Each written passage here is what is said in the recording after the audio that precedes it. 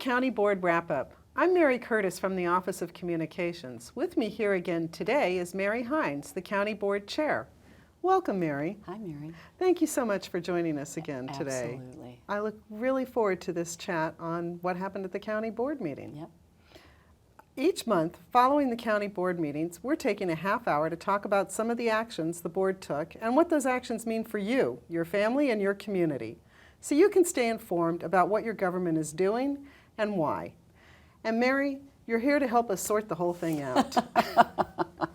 The first thing I wanted to ask you about is what was of particular interest and particular importance about this meeting? Well, you know, in April every year we finish up our budget planning for the next year. So we adopted on Tuesday night the fiscal year 2016 total budget. So we finished it up. And what does that mean, fiscal year 2016? Well, the county's fiscal year starts July 1st and it runs through June 30th. And so we call it the fiscal year instead of the calendar year, so we all know what we're talking about. And when did this budget planning actually start?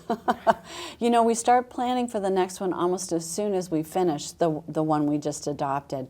The formal start of it really begins in the fall of each year, when the county board gives direction to the county manager about things like whether or not we're willing for her to build her budget around increased taxes or not.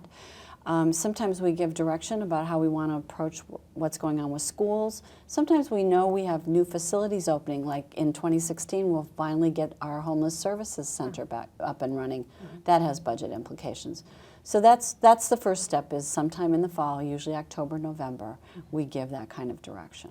So what goes into your giving her those directions? Are you basing that on what? On what kind of information? So staff does a really great job of sort of tracking what's going on financially.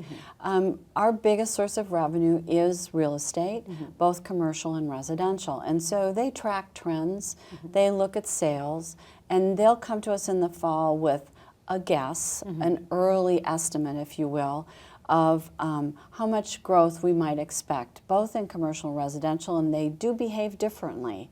We also have business and professional and other license tax, which is another big pot of money that comes off businesses, as well as the personal property tax that most of us pay for our cars. And in broad strokes, what kind of guidance did you give her this time? Well, we asked her to bring us a budget with no tax increase. That was perhaps the most important message that we sent.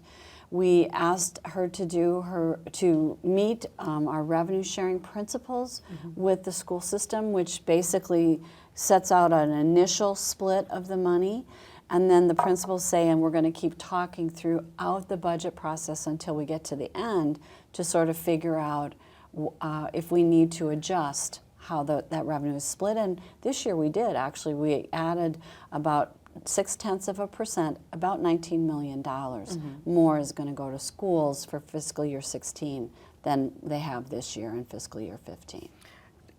As far as you were concerned at that point, did you think this was going to be a tough budget year? To tell you the truth, Mary, this is my 8th county budget. I have 12 school board budgets under my belt, but my 8th county budget, none of them has been easy since I came here, because the economic downturn happened the fall of 2008. And so we have been dealing in a circumstance where initially our economy did okay because the federal government was really playing. But in more recent years, it's been really difficult. So we've been scaling back, and we've been trimming, and we've been trying to adjust. And we've been doing this in an environment where school enrollment is growing. So I don't think any of them actually are easy. They all involve choices, because what we're hearing from our residents, given the sequester and shutting down and no increases in salaries, is that more taxes are a challenge for them. Okay, and then I guess that kind of answers my next question. How do you decide each year what you're going to spend? Do you look at your revenues and say, this is how much we have to spend? Or do you look at your services and programs and say, this is what we have to cover, we have to figure out a way to cover it? It's a blend. Okay. It's really a blend of those two things. And because we hold in our hands the tool, that lets you align revenue with what you need to do, which is the tax rate. You come in, I think, with some thought of how much you might be willing to go. And actually, you know, we, after the manager's budget is presented, we actually advertise what can be the top amount of revenue we could raise when we advertise the tax rate. Can't go higher than that, can always go lower. So we have that tool, but we spend a lot of time pushing the manager, looking for savings, examining how we do our business, and then quite honestly, because of school's growth, that becomes the other big piece of the conversation. So would you say that was one of the big challenges this year, how Absolutely. to deal with that growth? Absolutely. When we started in the fall, the school said they needed another $26 million. By the time we got to the last week, they were down at 6.2, and we were able to find the 6.2. They did a lot of good work on their side to look for streamline, to look at pots of money and make some really what I thought were very strategic choices on their part. And we did the same thing on our side then to try to meet a dollar amount we thought we could. So you give this guidance to the manager. What does the manager then do, and when does it finally come back to you? Sure. So what she does is she talks to all the departments. You know, she kind of takes that guidance out and says, oh, they said no tax increase, so we're going to kind of, here's our box we have to live in. And we asked her this year as well to bring us a 1% reduction, so about $4 million of reduction, not to take them, but to bring them to us so we would have, if we needed to, because we knew about schools, we had some places we could look at that had been vetted by the organization. She also generally has been collaborating with the superintendent to hold a community meeting. She met with all of our commissions to hear what they had to say.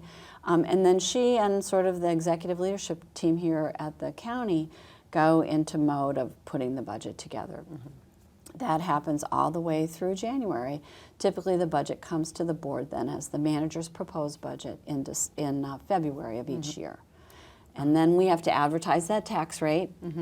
And then we move into hefty work sessions to understand the proposals. So you're going through the whole budget? Absolutely, every department, every single year. Well, it sounds like that's a really involved and very public process you just went through to put together the budget. It sure is, and it should be. It absolutely should be. Okay, we'll take a short break, and when we come back, we'll learn exactly how much the board has budgeted for FY 2016 and whether or not you'll be paying more taxes.